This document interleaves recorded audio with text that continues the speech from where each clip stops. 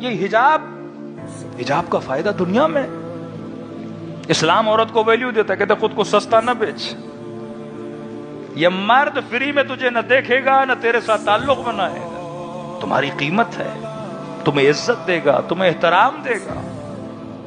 اسلام ایک چیز کی ویلیو بنا رہا ہے، ٹیشو پیپر زمین پہ ملے گا، پتھر زمین پہ ملے گا، سونا کبھی زمین پہ نہیں ملے گا، تجوریوں میں ملے گا۔ اسلام عورت کو ہیرا سمجھتا ہے، سونا سمجھتا ہے۔ نیچرل چیز اگر اسلام کے علاوہ بھی بات کرے، ہر وہ چیز جس کی ڈیمانڈ ہوتی ہے اس کے خریدار ہوتے ہیں، نیچرل ہے۔ مرد کے اندر اللہ نے عورت کی ڈیمانڈ رکھی ہے، کوئی بھی معاشرہ ہو، ڈیمانڈیبل چیز ہے، ڈیمانڈیبل وجود ہے، مرد کو چاہیے، اس کی ڈیمانڈ ہے مرد کے لیے، جن سے مخالف۔ اب جس چیز کی ڈیمانڈ ہوتی ہے اس چیز کو عام نہیں کیا جاتا، اس چیز کی ویلیو گر جاتی ہے، اس کو کیا کیا جاتا ہے، اس کو قدر دی جاتی ہے، قیمت دی جاتی ہے۔ اب یہ بھی نہیں کس چیز کے لیے ڈیمانڈ ہے، پورے وجود میں اللہ نے اس کی ڈیمانڈ رکھی ہے، تو لہٰذا اللہ نے کہا کہ تم حجاب کے پردوں میں رہو گی، اور اگر کوئی تمہیں حاصل کرنا چاہے گا تو عزت سے آ کے تمہارا رشتہ مانگے گا۔ آج ویسٹرن ورلڈ چلے جائیے، عورتیں اتنا سنگار کرتی ہیں تاکہ ہمارے اندر کشش پیدا ہو، کوئی مرد صرف دیکھنے کے لیے ترس رہی ہیں کہ ایک لڑکا ہمیں صرف دیکھے، کیونکہ اس کے مزاج میں ہے سنگار کرنا اور توجہ کو حاصل کرنا، یہ اس کے مزاج میں اللہ نے رکھا ہے۔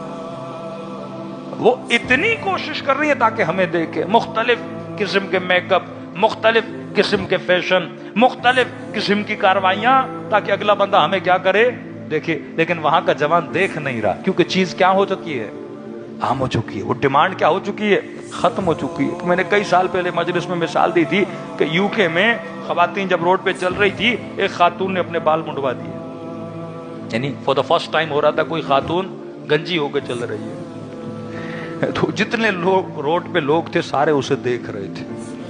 تو کسی نے کہا کہ بھائی کیا پڑی تھی کہ آپ نے بال منڈوا دیے؟ بال تو عورت کا حسن ہے۔ تو کہنے لگی کوئی مجھے دیکھ نہیں رہا تھا، اب جب سے سر منڈوایا ہر بندہ مجھے دیکھتا ہے، اور اسی میں مجھے کیا ملتی ہے، خوشی ملتی، جلب توجہ۔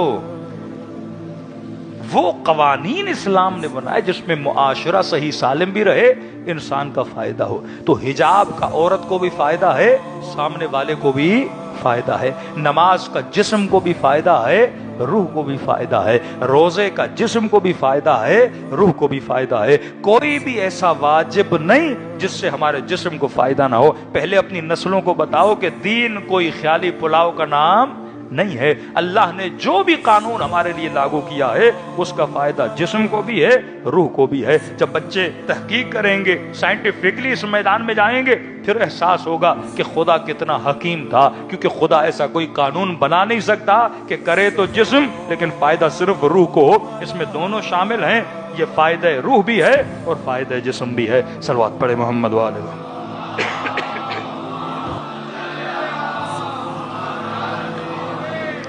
اسی طرح